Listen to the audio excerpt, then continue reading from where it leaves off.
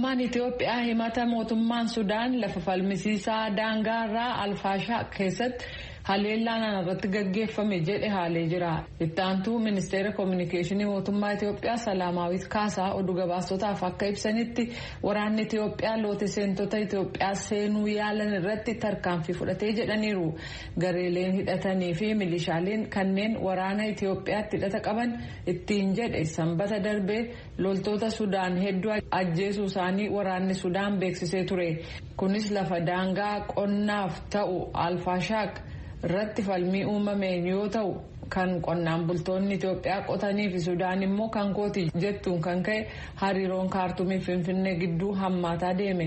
Humnootiin keenya kanneen lafa qonnaa Alfaashaaq akka eeganiif ergaman gareelee humnooti waraanaa Itoophiyaaf milishaaleen haleelaman jedhu. Kunis oomisha sana mancaasuu fi doorsisaa fi jedha humni waraanaa Sudaan ibsa baaseen. Mootummaan Israa'el juushota Itoophiyaa kuma hedduun kanneen maatii isaanii Israa'el keessatti dabalamuuf waggootii dheeraaf eegaa turan dhimma isaanii xumuratti tolchee jira. Murtiin dilbata kaleessaa darbe kun hariiroo walxaxaa hawaasa Itoophiyaa Israa'el keessaa waliin ture gama furuun tarkaanfii isa duraa ta'ee jira. Juushota Itoophiyaa 140,040 ta'antu Israa'el keessa kan jiraatan yoo ta'u hoogganoonni hawaasa kanaa akka tilmaamanitti kanneen 6,000 ta'an Itoophiyaa keessatti hafanii jiru. Israa'el seera amantii qabdu jalatti hidda dhalata juushotaa qabaataniyyuu juushota jettee hin fudhattu. Kun immoo raggaatii mootummaa kan addaa barbaada ture. Kanaaf sagantaa ba'ee jiru kan namoonni biyya alaa keessa jiran maatii biyya keessaa fichisiifachuu danda'u jedhu irratti kan juushota Itoophiyaa akka ilaalamuuf qabsaa'aa turan. Dhumarratti garuu eehamamee fi maatiin isaanii akka gara Israa'elitti geessaman waliigalamee jira. Talaalliin COVID-19 sadaasa 6 bara 2014 jalqabee Itoophiyaa keessatti kennamaa akka jiru ministeerri fayyaa biyyattii beeksisee jira. Kanarratti Tsaayidaa Daamxoo Finfinneerraa gabaasa jalqaba torban kanaan nu ergite kunootti. Bultii 15 dura ministeerri fayyaa Itoophiyaa talaallii ittisa COVID-19 sadarkaa biyyoolessaatti akka kennamuuf hojii jalqabeera. Raadiyoon Sagalee Ameerikaas bakkeewwan yeroo talaalliin kun itti kennamaa jiranii fi buufataalee fayyaatti haala kenniinsa talaallii kanaa ilaalee jira. Obbo Taakkalee Asaffaa jiraataa godina addaa naannawaa Finfinnee magaalaa Laga Xaafoo Laga Daadhiiti. Bakka hojii isaaniitti kan talaallii kanaaf fudhatan.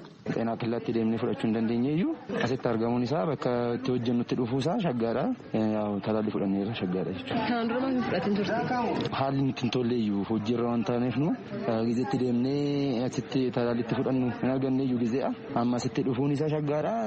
Kunoo sa'aatii tokko amman darbeera ganna talaallii fudhadhee booda homaan taane gammaan sirriin jira jechuudha. Dhagaa irraa waan namni ta'aaru dhukkubni nama qabannaa waan nama godhuun waan dhageenyaa irruuf isaarraa immoo akkuma ofirraa itti finu itti dabala nurraa hir'isaa jechuudha. Shaggaadha jechuudha. Kan argachuun keenya gammadeenya jira. Sister Abarraash Alamuu immoo talaallii kana ogeessota kennaa turan keessaati. Namoonni hedduun odeeffannoo fi barnoota walitti fufinsaan yeroo dheeraadhaaf kennameen booda gara talaallii fudhachuutti kan dhufan jechuudhaan ibsaniiru.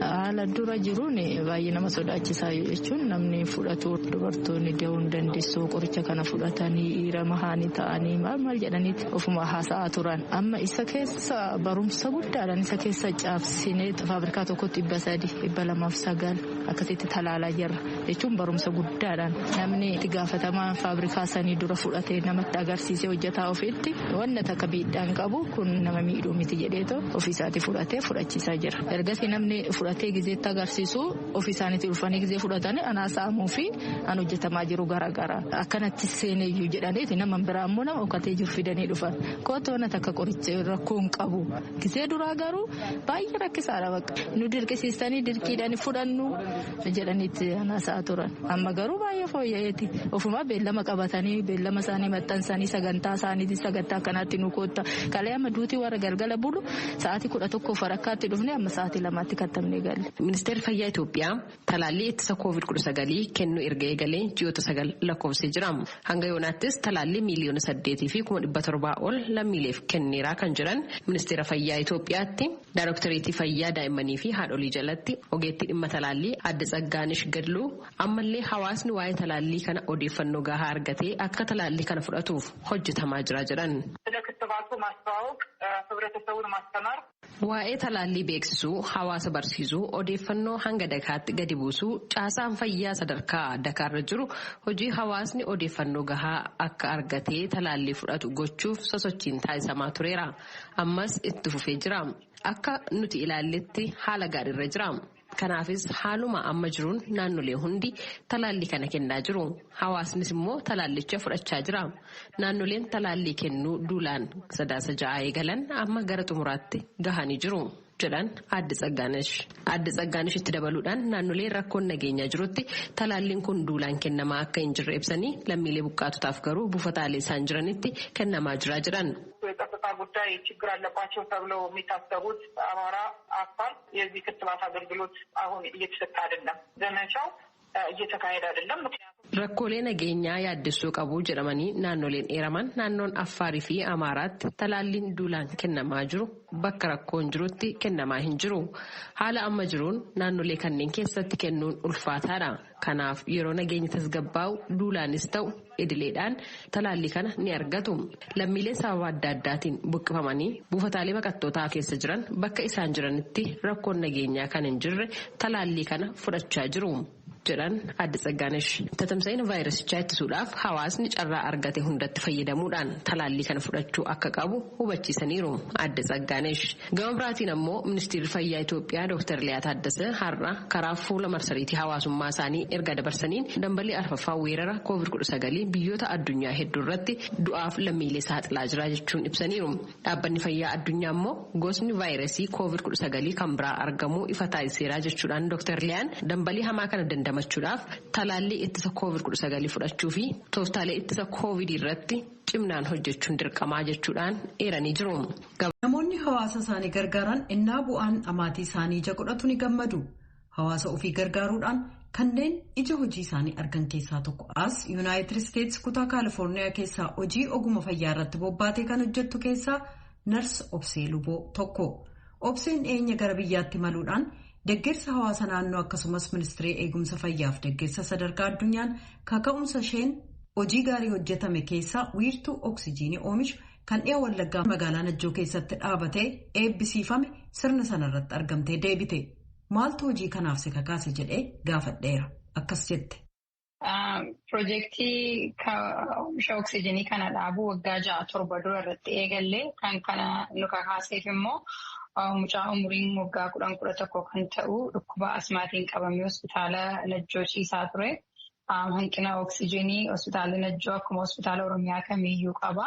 Hospitaalonni Oromiyaa keessa jiranii guutummaa Itoophiyaa keessaayyuu Finfinnee iddoo tokko qofa corraa gaazii iddoo jedhamu deemanii guuttatu. Hanqina oksijiinii gatii qabanii mucaan sun lubbuun isaa darbuu danda'e. Yeroo sana achiin ture hojii kan biraadhaaf deeme mucaa kana gatiin argee fi akka lammaffaa lubbuun ijoollee kana fakkaatanis haa ta'u namni guddaan hanqina oksijiinii irraan ka'ee akka lubbuun isaanii hin darbineef jecha gara Kaalifoorniyaatti gaafan hojii koo biyyaa xumuree deebi'u. Gartuu Rootarii Intarnaashinaali jedhamu kan magaalaan keessa jiraadhu keessatti miseensa ta'e isaanitti yaada kana dhiyeessee wanta akkasii jira akkamitti na gargaaruu dandeessu jedheen itti kaase karuma namaa isaanii immoo namoota wajjin ol na barsiisanii karaa Rootarii Intarnaashinaali ittiin hojiin kun piroojeektiin kun jalqabe biyya keessaa ispoonsara kan Finoot Rootarii Kilabii jedhamutu nu deeggaree addanaatii Kaastroovaalii magaalaan keessa jiraadhu Rootarii Kilabii kanatu piroojeektii kanarratti hojjete. Biiroon eegumsa fayyaa Oromiyaa hospitaalli Najjoo uummati magaalaa Najjoo fi ministeera feelziin immoo mana meeshaan kun keessa galu ijaaruudhaani.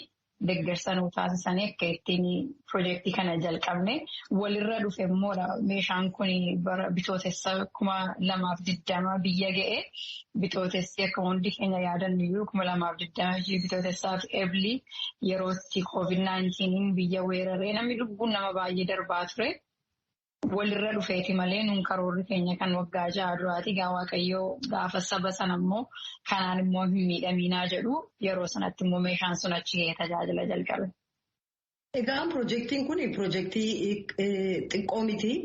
Maallaqa isa barbaachisa saabate maallaqa gamii fixe piroojeektii kana hojjetanii yookaan meeshaa oksijiinii oomishu kana dhaabanii hamma inni xumuramutti.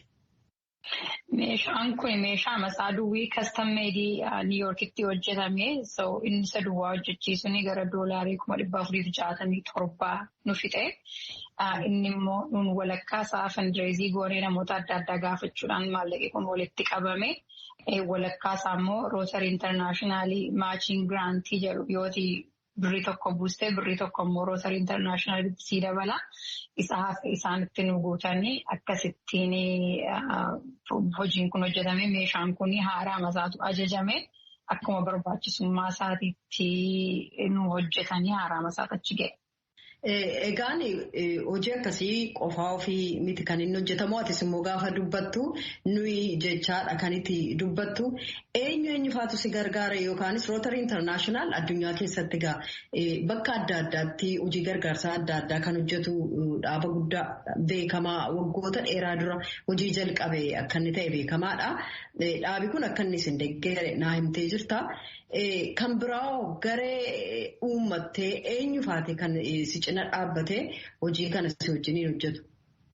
Nuuni kana jalqabne miseensotuma kan Rootarii Kilabii magaalaan keessa jiraadhu koree dhaabbanne. Gara koree kana keessa gara nama 13tu jira. Hundi isaanii namootuma biyya kanaati. Nama biyya Ameerikaa, Itoophiyaa kan dhaqanii hin beekne baay'eedha. Oromiyaa kan ciraasaa hin beekne baay'eedha. Najjoon immoo eessa akka taatee jira. Amasaa kan dhaga'anii hin beekne baay'eedha. Isaanii wajjiniin hojjenne kan tumsanii amma dhumaatti na gargaaran namoota lamadha. Achi keessaati jaarsolii 2. Isaan keessaati nama 7 wajjiniin achitti deebine. Akkuma silasiin jedhe immoo biyya keessaa kan akka dura guutummaatti hojjete addanaati. Rootarii Kilabii kan Kaastro Vaalii magaalaan keessa jiraadhu kan miseensa isaanii ta'edha. Biyyatti immoo Finfinnee keessa kan jiran Rootarii Kilabii kan jedhaman immoo postii nu godhani. Biiroo Eegumsa Fayyaa Oromiyaa fi Hospitaalli Najjoo Ministeera Feelisiin immoo deeggarsa lafarraa nu barbaachisu meeshaa kana kastamii kiirii gochuun mana sana ijaaruudhaan loojistikii biyya keessaa barbaachisu immoo isaantu xumuree nu gargaara. Amma immoo